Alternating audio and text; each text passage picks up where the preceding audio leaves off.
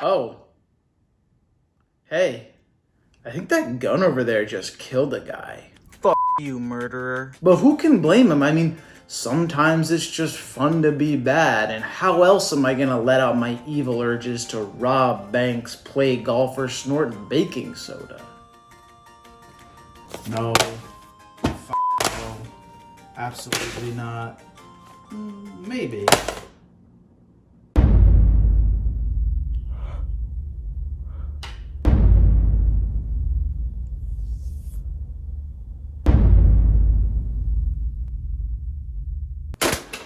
This is Grand Theft Auto, the only video game I own and my preferred source of vitamin D, as it's like the spinach of the gaming kingdom, because it's all about making you feel good about indulging in evil. It's delicious. Like, I enjoy stealing cars, running red lights, and over people as much as the next drunk guy, but some things should only be done in a video game, like yoga, joining a startup, playing golf, or listening to copyrighted music. Like, my favorite song is Wet Ass Pussy by Cardi B. The lyrics just speak to me, and I love the philosophical undertone.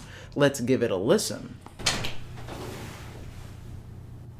See, these are things you just can't do in real life, but in Grand Theft Auto, nothing is off the table. Everything is not only possible, but actually encouraged from the comfort of your disgusting safe house. Like, why clean off my table when I can just submerge myself in the notorious open-world antidepressant known as GTA? Side effects may include multiple personality disorder and becoming a landlord. I'm a landlord now. Oh, fuck. I'm a landlord now. And this potent combination made GTA a household name. Even if you've never touched a Wii U in your life and therefore have a life, you still know what GTA is. Gargling Thanos' apricots? Close enough, and Grand Theft Auto's basically created an entire genre of video game to be forever known as therapeutic murder simulator. And how does that make you feel? Much better. It was the first game franchise to specialize, focus, and build its core mechanics exclusively on corrupting our youth. Do some drugs, do some acting, drive a boat, drive a crane, take a nap, punch some sand, but it gets even worse. Oh! Honey, he's doing yoga again. Mothers and senators everywhere hated it, which means kids and fathers loved it. Grand Theft Auto quickly developed an edgy reputation as the media demonized it in an attempt to curb interest through fear. An age-old tactic that not only doesn't work, but guarantees Santa's Christmas wish list will be chock full of apricots. Well, shouldn't have been named Todd. I distinctly remember trying to get my nasty, sticky, dirty 10-year-old hands on a copy of San Andreas. It was like finding fucking Bin Laden. Bravo 6 going dark, bro. It required bank heisting levels of preparation, tact, guile in dealing with the ultimate corrupter of youth, the older brother. Hey, big bro, can we go to Blockbuster to get the new Grand Theft Auto? Get the fuck out of my room. And this potent recipe of edgy, counterculture content made Grand Theft Auto the 5th best-selling video game franchise of all time.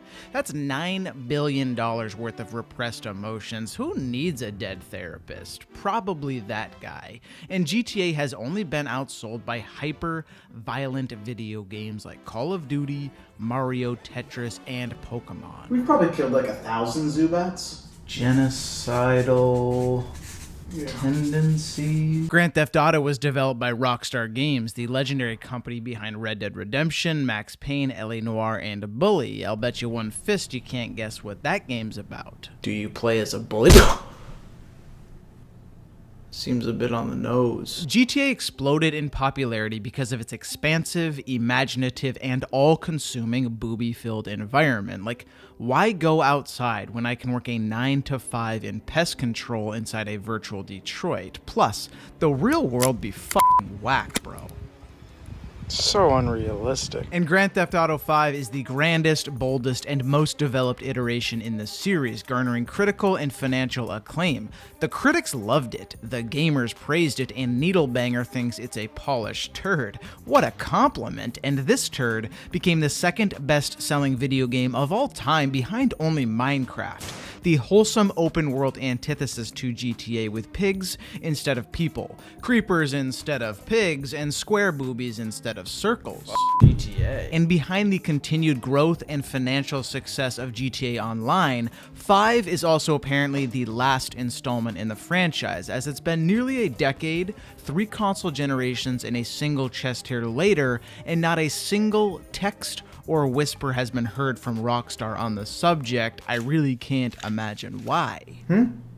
Oh, I like money. Grand Theft Auto 5 was released on September 17th, 2013, and after so much time, it's still one of the most popular games on YouTube and Twitch, with a dynamic online community featuring role-playing, heisting, and modding. You can rob a liquor store with Charmander, shoot an animal cannon, or become a taxi driver as Mario, which is now canon. You boys like Mexico? GTA 5's cultural footprint and success as a game is staggering. It's become the pinnacle of open-world game experiences. It feels more boundaryless and less restrictive than real life. Like, I've always wanted to ride a bike, but it's just too dangerous. The player in theory can do almost anything. It's really a modern wonder of the world, like the pyramids of Giza, but if aliens were actually involved. Yeah, that was me, motherfuckers. Watch this shit. But how? How could Rockstar Games possibly manage to create this incredible amount of content, scope, and longevity for a decade-old game in a hyper-competitive video game marketplace? I'll give you a hint. Think ancient Egyptians. Slavery? Investment, you moron. Who made this ape? Oh, that's right. Rockstar Games poured nearly $200 million plus into making this fake Los Angeles as large, fantastic, expensive, and dirty as the real Los Angeles, making it the most costly game developed at that time. But goddamn, was it worth the investment and effort? I mean, look at those next-gen graphics. The world of Grand Theft Auto 5 is staggeringly vast and filled with various unique regions, all with their own distinct character and dynamic. Los Santos, Blaine County, Vespucci Beach, Grapeseed. Is that fucking sand? Let's kill it. Yeah, punch the fucking sand. Yeah, fuck you, sand. The absurd and massive amount of time and financial investment from Rockstar Games allowed Grand Theft Auto to pursue a level of depth, variability, and just oddness that is unparalleled in gaming, and most open worlds feel shallow by comparison. Like, that NPC is standing so unrealistically. Speak for yourself. Los Santos is alive, vibrant, bustling, the urban sprawl, the beaches, the meth labs. There is just something so endearing about Los Santos. I can't put my finger on it. Man, I'm sorry, fool. That'll do. GTA 5 is a dopamine gumball machine. You never really know what you're gonna get. From the joy of committing heinous acts of crimes like vehicular manslaughter or smoking weed, to the thrill of amassing virtual wealth, possessions, and status that are ultimately meaningless, which is probably Grand Theft Auto's most lifelike feature. Yeah, fuck this money. Who needs it? What are you doing? Even the gameplay mechanics are designed to make you feel good. Driving is more buttery smooth than some games released in 2020. The controls are tight, fluid, and intuitive. But this still didn't help me pass my GTA driver's test or save that lady's life. Man, I'm sorry, fool. Yeah, that's my bad. The game even aims your gun for you, making you delusionally feel like a sharpshooter, so when you go and invariably play another shooter, you're gonna have a bad time. All these little boosts, assists, and feel-good mechanics are really only the tip of the iceberg, as the single-player story is filled with obscene, absurd characters that, by comparison, make you look as holy as Lord Gaben himself and give you such a sweet, dank dopamine hit of self-confidence that the FIB will be knocking down your door again. Please don't break my door. I just had it fixed.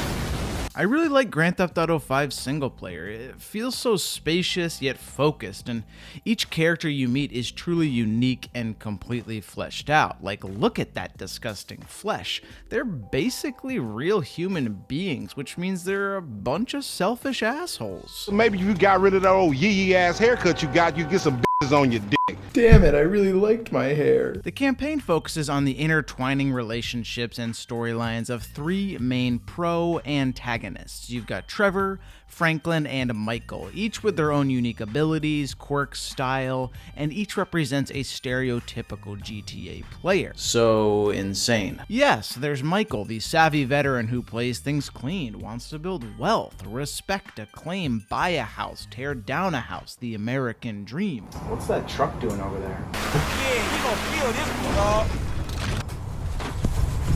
Then you have Trevor, the GTA player who is only concerned with chaos. He's essentially the Joker, never completing actual main missions, but rather focusing on hunting Sasquatch or joining a cult and theory crafting how one could possibly get 5 stars as quickly as possible. Hey guys, I got the pineapple pizza. Come on with your hands up, you sick fuck. Then we have Franklin, the hungry up-and-comer, the scrappy underdog, the guy who just wants to be in the action, learn the business and the game, learn to drive, learn to shoot, learn to jump. Maybe in GTA 6, and these characters have such a fun dynamic. Their interwoven stories and attitudes just play so well together. Michael's wit, Franklin's no-nonsense, and Trevor's complete lunacy, pooping behind dumpsters, electrocuting people's nipples, and being a dentist. Disgusting, but hey, I'm not here to judge. Plus, that tattoo is pretty dope. Sweet mother, I'm home and I got a new tattoo. Still better than yoga. These three are the stars of the show, the Hamlets of yee-yee-ass haircuts, the Romeos of running people over, but the story in the background amplifies their star power like an episode of Fame or Shame. It's a razor-sharp commentary on American culture, consumerism, and celebrity worship. Bless me, Keanu, for I have sinned. And after 8 years, this narrative only feels more poignant in an age of TikTok stars, Instagram models, and YouTubers. Like imagine making YouTube videos. And if the story is the backdrop, then the cast of zany, unpredictable, and straight up selfish side characters are like the popcorn, amplifying every scene, every mission with their salty goodness. You've got Michael's cheating wife, his fame-obsessed daughter, Ron, Wade, you. And the interplay between these characters and our main triad creates all sorts of absurd scenarios, like going on a bike ride with your son. That's a bad idea. He's fine, he's fine. Even the NPCs are fully realized, and every encounter feels unique and bizarre. Like, you never really know what they'll do next. It's like eating a mystery jelly bean. I got cyberpunk flavor. You'll be driving down Grove Street with a stolen Prius listening to that copyrighted song when all of a sudden you'll nick some guy's car and he'll call you an inbred dickwad, which really hurts because it's true. And when someone is so rude, you really only have one option. I don't care. The possibilities in Los Santos really do feel endless. The amount of choices is almost overwhelming. What should I wear, Mom? How's my hair, Dad? Pineapple or pizza? I can't decide and I really don't want to break the law anymore. And much of what we've discussed is just playing with yourself.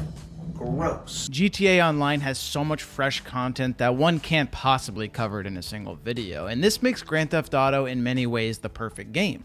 It provides gamers with endless opportunities to create their own experience within a defined universe, with laws of physics, and breaking the laws of physics. It's impossible to have 2 playthroughs or 2 online sessions go the same way, and that's exactly what games should strive for: replayability, fun, engagement, immersion, and of course addiction. And the whipped cream on top is a story, an environment, and characters that'll stick with you forever.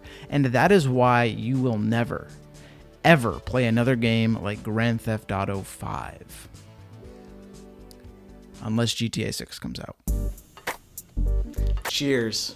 It's the end of the video. I hope you enjoyed. Thank you so much to the patrons as always, and the people that comment nice things and like. It really does mean a lot. I hope you guys are enjoying the videos. Tell me what you want me to talk about or what games you want me to play. I don't want this outro to be too long, so see ya.